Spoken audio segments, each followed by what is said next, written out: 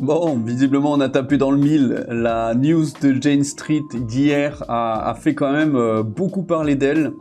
Et pas que parler, les marchés ont réagi extrêmement positivement à une news qui, de prime abord, paraissait plutôt simple, mais qui en fait est vraiment capitale dans le marché des cryptos. On va le voir tout de suite. Alors on voit déjà, première news, que Jane Street vient de supprimer tous les messages de son compte officiel X suite à la plainte pour manipulation de marché. Ça tremble chez ces petits margoulins qui ont fait des petites manipulations de marché. Je pense qu'ils ont peur là. Je pense qu'ils se disent, ok les gars, on a fait des trucs pas bien, on le sait. On a fait cracher tout le marché des cryptos, on le sait. Donc c'est vraiment, là c'est historique. Ce qui s'est passé avec Jane Street, c'est historique parce que, on va le voir après, le cours du Bitcoin, il est en train de pump un truc de fou. Vraiment un truc de fou. Donc ici, c'est complètement dingue. Depuis que Jane Street a été poursuivie en justice et que la manipulation de Deezer a cessé, le marché des crypto-monnaies a enregistré une hausse de plus de 200 milliards de dollars en seulement 48 heures. Donc le BTC a pris 9%, l'Ethereum 14%, Polkadot 35%, BNB 9%, Link 15%, Solana 15%. Donc on a quand même des beaux pourcentages pour la première fois en 2 mois. Aucune vente intensive, alors je sais pas ce qu'ils appellent intensive, aucune vente massive n'a été observée pendant 2 jours consécutifs. Voilà, donc il n'y a eu aucune vente majeure pendant 2 jours du marché des cryptos. Et oh, comme par hasard, plus de manipulation, le prix monte. Oh, c'est bizarre ça. Bon, en vrai, il n'y a pas que ça. Il faut voir aussi, faut voir la big picture, comme on dit en anglais. Il faut voir tout le tableau. La demande au comptant de Bitcoin augmente pour la première fois depuis fin novembre, selon le responsable de recherche de CryptoQuant. Donc on voit ici, ça a un graphe qui est vachement intéressant, qui nous montre la courbe de demande de Bitcoin tout simplement. Donc là, quand c'est dans le rouge avec des traits rouges, c'est que on n'en veut pas, et quand c'est dans le vert, c'est qu'on en veut. Donc on voit que la dernière fois que c'était dans le vert, c'était fin novembre.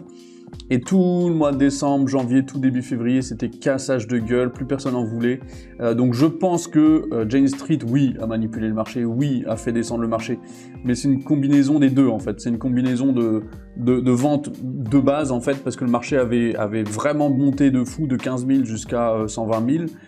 Et forcément, il y a un moment, il faut que ça souffle. Mais il faut que ça souffle, c'est une chose, mais il faut que ça souffle sans les manipulations, si possible. Là, visiblement, non, c'était pas possible.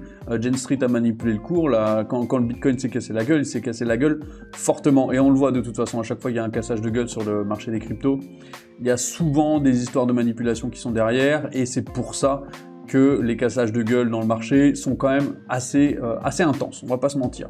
On l'a vu de toute façon ces 3 derniers mois, c'était assez intense. Mais maintenant que le Bitcoin a atteint des plus bas autour de 60 000 $, on a à nouveau, encore une fois, un indicateur d'un prix extrêmement bas. Ça veut pas dire un bottom, mais d'un prix extrêmement bas. Et donc, il y a soit un move à faire à court terme, enfin il y avait, parce que maintenant ça a bien monté, il y avait un move à faire à court terme, comme je l'ai dit, hein, j'ai annoncé que c'était probablement un point extrêmement bas, et que du coup, qu'est-ce qui se passe quand il y a un point extrêmement bas?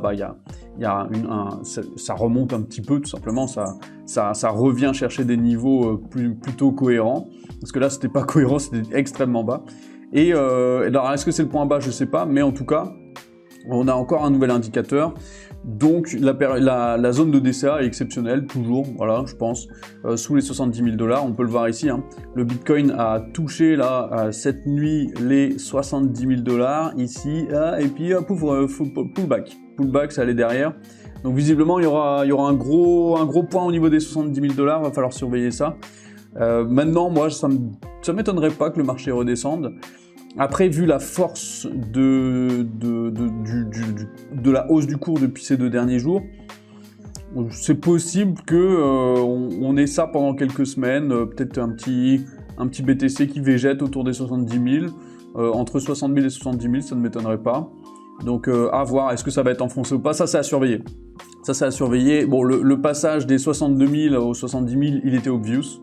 D'accord, hein, si vous êtes trader, normalement vous avez pris celui-là parce que c'était un beau support, et là on est arrivé à une résistance. Donc, le trade de base, t'es sur un support, t'achètes, tu revends à la résistance, bim, bien joué. Visiblement c'est ce que le marché a fait, et bien joué à eux, ils ont pris un petit peu de cash. En tout cas, à surveiller cette histoire de Jane Street. On a aussi XBT, Zach XBT qui va cracher sur on sait pas qui, est-ce que ce sera Binance, est-ce que ce sera Meteora visiblement, hein, il y a des news par rapport à Meteora. Donc ça c'était la news d'il y a 2 jours et ce soir normalement ça va se concrétiser, on va pouvoir en parler, j'ai hâte, let's go, c'est parti. En tout cas, n'oubliez pas de vous abonner, c'est hyper important, il y aura une vidéo tous les jours, analyse de news et de l'état du marché global. Et voilà, à bientôt, à demain.